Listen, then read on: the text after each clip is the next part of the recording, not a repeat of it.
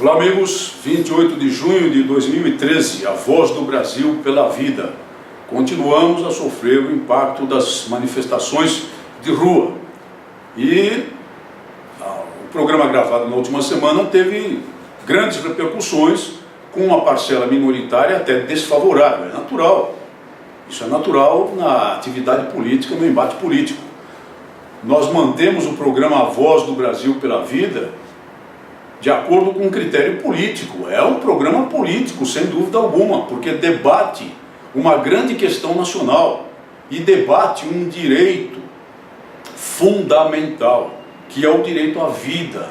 Direito esse que nós acreditamos comece a existir no exato momento da fecundação em que surge um novo ser humano. É um embate político e é natural que haja discordâncias e dissidências. No entanto, o que afirmamos aqui se comprovou ao longo da semana, com o recrudescimento terrorista desses movimentos de rua, não por parte da grande massa de inocentes úteis que participa dele, mas por parte dos verdadeiros operadores desse movimento, que obedecem às suas lideranças nas sombras e que são aquelas lideranças a que nos referimos no programa passado. Será que duvidam disso depois de assistir ao que houve em Belo Horizonte enquanto ocorria um jogo de futebol da seleção brasileira, dessa pobre Copa das Confederações? Atos de terrorismo, incêndios criminosos, edificações em chamas. Claro que não fogo ateado por essas pessoas que chegam ao ponto até de levar crianças, expondo inocentemente crianças ao perigo, mas aos verdadeiros operadores desses movimentos, que não estão lá para fazer manifestação pacífica, não. Estão lá para cumprir as ordens dos seus chefetes e pôr fogo em tudo que vier pela frente, atacar a polícia, e não se importam em pôr em risco a vida de quem quer que seja. Atos de terrorismo é o que estão praticando. E é isso que o católico vai defender? Não. O que o católico deveria defender nas ruas, mas de modo ordeiro, pacífico, respeitador das outras pessoas e da autoridade, é o que propõe, por exemplo, o cardeal Burke, presidente do Supremo Tribunal Apostólico, em relação àquilo que é a nossa frente de luta aqui, a defesa da vida humana, a defesa intransigente da vida humana desde a concepção, a defesa do significado da união entre um homem e uma mulher para a perpetuação da espécie humana, em cumprimento a um mandamento superior da criação, um mandamento superior do Criador, mas que por força do que significa verdadeiramente em toda a história da humanidade, traduziu-se ao longo de milênios na instituição do direito natural. Direito natural que evidentemente não pode contemplar uniões homossexuais, porque são essencialmente estéreis, são absolutamente estéreis. É isso.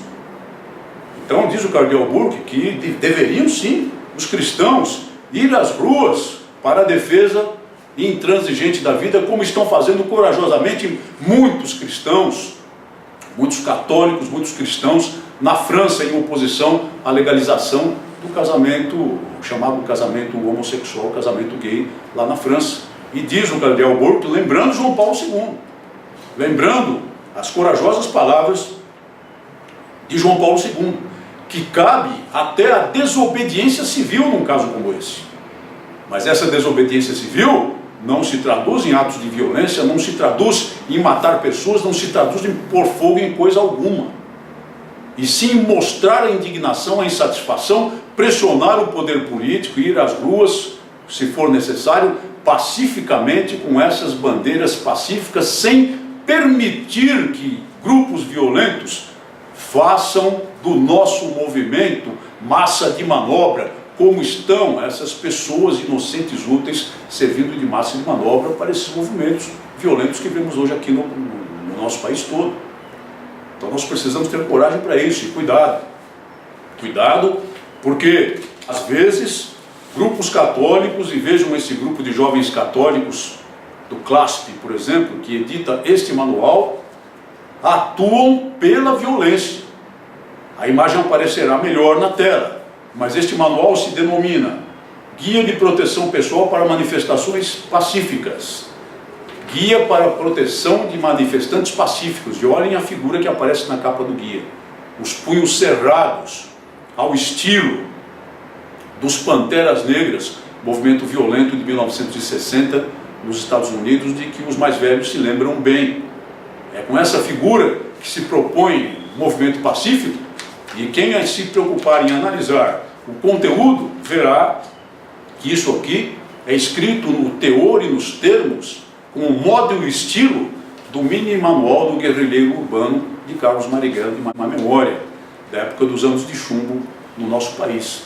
Não é essa a forma dos jovens católicos participarem desse movimento, não. O que eles deveriam é pressionar o poder político constantemente, permanentemente, se necessário indo às ruas, em momentos apropriados e impedindo a atuação de grupos violentos para marcar a sua posição de maneira ordeira, pacífica, de maneira respeitadora das autoridades, respeitadora da Constituição, respeitadora da propriedade, de maneira a preservar a integridade física das outras pessoas. Muito perigosamente, a Presidente da República, depois de desistir da ideia esdrúxula da Constituinte parcial, que não tem cabimento jurídico mesmo, agora vem a propor um plebiscito. Esse plebiscito deve ser olhado com olhos muito críticos pelo católico, porque podem ter certeza de que nele não estarão as questões cruciais que nós gostaríamos de ver debatidas em plebiscito. Por exemplo, a adesão integral, incondicional da Constituição do nosso país à defesa da inviolabilidade da vida humana desde o momento da fecundação. Isso não estará nesse plebiscito, podem ter certeza. Mas estarão perguntas adrede colocadas para, aproveitando a comoção, fortalecer o atual poder de modo a perpetuá-lo.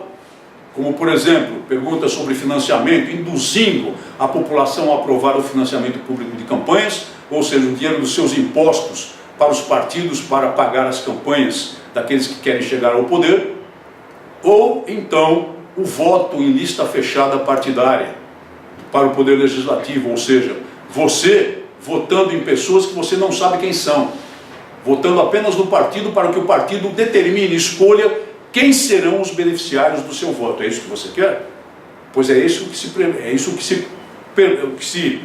prevê nos esboços iniciais desse plebiscito, que é uma tentativa de capitalização do terror promovido por essas maltas desordeiras que estamos a assistir em sua atuação nas ruas do país. Vamos lutar pela vida, minha gente. Por que é que nós somos contra o aborto? Nós somos contra o aborto porque aborto é homicídio qualificado a sangue frio.